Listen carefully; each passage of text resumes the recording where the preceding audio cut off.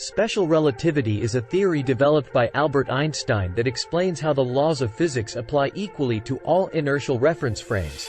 That is, frames of reference moving at a constant velocity with respect to each other. This theory shows that time, length, and mass are relative to the observer's motion and that the speed of light is constant in all inertial frames of reference. It also predicts various phenomena, such as time dilation, length contraction, and the equivalence of mass and energy, E equals mc squared.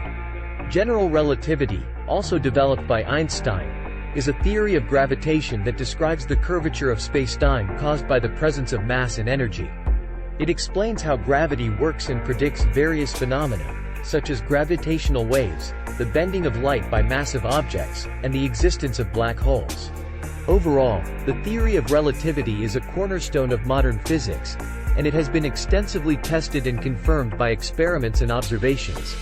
It has far-reaching implications for our understanding of the universe, including the structure of space and time, the behavior of particles at high energies, and the evolution of the universe itself. Thank you for watching this video.